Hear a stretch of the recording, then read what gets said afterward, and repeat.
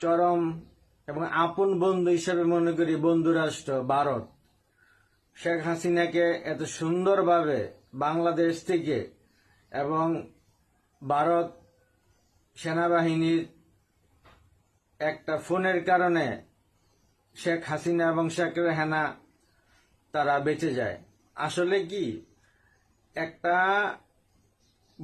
আপনি যদি কাউকে গুলি করেন ওই বুলেটের নাম লেখা আছে আমার, আপনি শত চেষ্টা করে ওই বুলেটটাকে আপনি থামাইতে পারবেন না যতক্ষণ আমার মৃত্যু না হয়েছে, আর এটা আল্লাহর তরফ থেকে হয়েছে।